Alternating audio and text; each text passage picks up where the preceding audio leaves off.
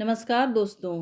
आज आप सुन रहे हैं मालती जोशी जी की कहानी हर ख्वाहिश पर दम निकले। मगर जब कहने पे आई हूँ तो समझ में ही नहीं आता कि अपने अधूरे अरमानों की दास्तान कहाँ से शुरू करूँ। चूँकि हर दिन का आगाज़ सुबह से होता है, मैं भी अपने अफसाने की शुरुआत सुबह से ही कर रही हूँ। सुबह, जिसे लेकर कवि और शायरों ने जाने क्या क्या लिख रखा है। लेकिन शहरी जिंदगी की सुबह केवल अखबार में सिमट कर रह गई है। अखबार हम लोग भी खरीदते हैं, इसलिए कि दुनिया के हालचाल से बाखबर रह सकें। चार आदमियों के बीच में बॉर्डम की तरह मुंह सीकर ना बैठना पड़े। दुनिया जानती है कि अखबार पढ़ने का सबसे मौजू समय सुबह ही होता है। इस वक्त शरीर हल्का और दिमाग बेफिक्र होता है, एक भरे पूरे दिन की अगवानी के लिए। लेकिन हमारी बदकिस्मती देखिए, अखबार ने जैसे 10 बजे से पहले नीचे उतरने की कसम खा रखी है। 10 बजे ऊपर वाले शर्मा जी चश्मे के शीशे को धोती के छोर से पोंछते हुए अखबार लेकर नीचे उतरते हैं। उस समय दिल तो होता है, पर शहरी तहजीब के मारे हम हैं हंसते हुए अखबार ले लेते हैं और बात आई गई हो जाती है। अब बताइए, 10 बजे किस शरीफ आदमी या औरत के पास अखबार के लिए वक्त होता है। हाँ, तो घड़ी की सुई की होड़ करते होते हैं। मैं तो खैर थोड़ा दिन में पढ़ भी लेती हूँ, पर मेरे पतिदेव शाम को दिन भर की आपाधापी से इतने थक जाते हैं कि दुनिया तो दूर घर का भी हाल कहूँ तो काटने दौड़ते हैं। राजा के बगीचे से सोने के सेब चोरी हो जाते थे। यह कहानी तो सबने सुनी होगी।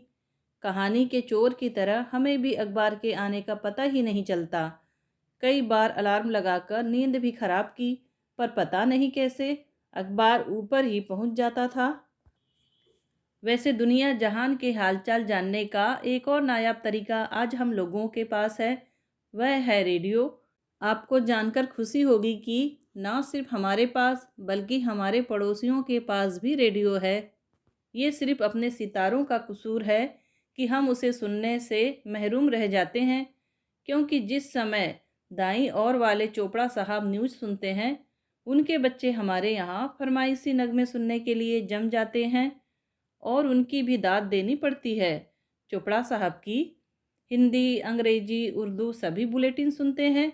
गोया उन्हें अंदेशा रहता है कि इतनी देर में कहीं ना कहीं इनकलाब या सैलाब तो आ ही गया होगा।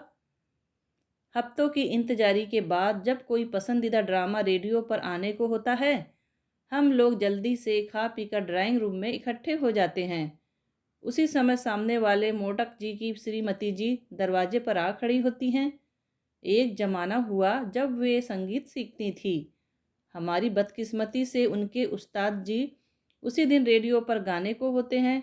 मोड़क जी का घराना औरंगजेबी होने की वजह से उन्हें हमारी याद आ जाती है।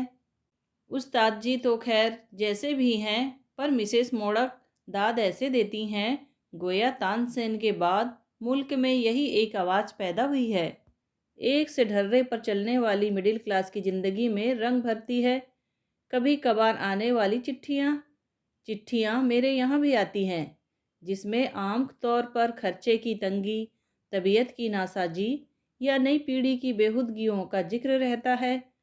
पर कभी कभी कोई गैर मामूली खत भी होता है, कभी कोई खुशखबरी होती है। और मैं सोचती हूँ कि शाम को वे जब जिंदगी से हारे हुए जुआरी की तरह आराम कुर्सी पर निढाल हो जाएंगे, तब यह खुशखबरी सुनाकर थोड़ी देर के लिए ही सही उनके चेहरे पर रौनक देख सकूंगी। कोई चिट्ठी गमगीन भी होती है। सोचती हूँ खाने पीने से छुट्टी पाकर रात को धीरे से कहूँगी, जिससे हादसा कम से कम महसूस हो। पर भला हो इन पड़ोसियों का, वे मुझे इस तरह की कोई तकलीफ नहीं उठाने देते। उनका चुस्त सेंसर बोर्ड हर बात की खबर रखता है। जिस समय बच्चों के पापा पंचर साइकिल घसीटते हुए दुनिया भर की बेजारी चेहरे पर ओढ़कर घर में दाखिल होते हैं, उन्हें यह ताज़ा खबर सुना दी जाती है। उस समय वे गम या खुशी के संगीन दायरे से इतने ऊपर होते हैं कि एक खास दिन, एक खास खबर बेमानी होकर रह जाती है। चिट्ठियां ही नहीं, इस घर में आने वाले इंसान तक सेंसर होते हैं।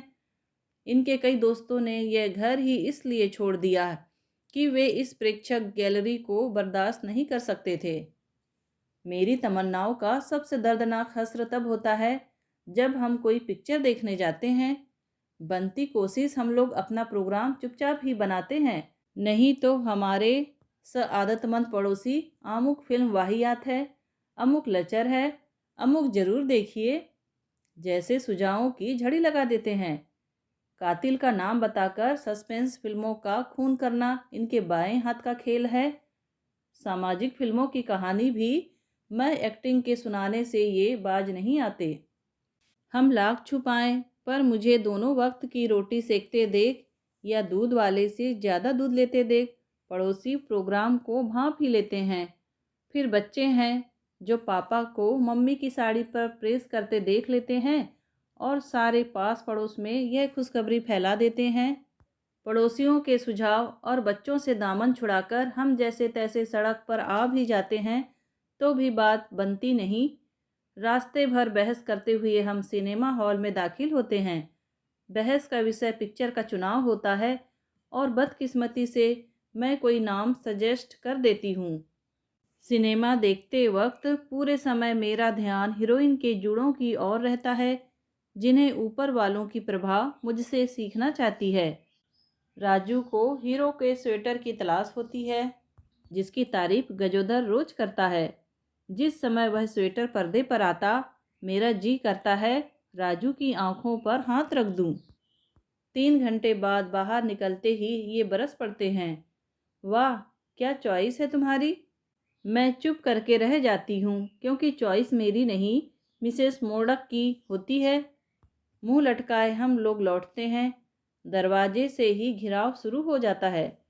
कौन सी पिक्चर देखी, कैसी थी, अमुक गाना कैसा था, हीरो कितना बॉडम था, इसका एंड यूं भी हो सकता था। ये अंदर से चीखते हैं। मैंने कहा जरा घड़ी देखो, कल की छुट्टी थोड़ी ही है। भीड़ छट जाती है और मैं सहमी सी अंदर जाती हूँ। स्टोव पर खाना गरम करके सबको आवाज़ देती हूँ। हम लोग चुपचाप सिर झुकाकर इस तरह खाने लगते हैं जैसे पिक्चर देखकर नहीं, किसी को दफना करके लौटे हों। एक पिक्चर एंजॉय करने की हसरत दिल में अब भी बाकी है। दोस्तों, कहानी सुनने के लिए आपका धन्यवाद। कहानी पसंद आई हो तो प्लीज़ लाइक, शेयर और सब्सक्राइब ज़रूर कीजिए।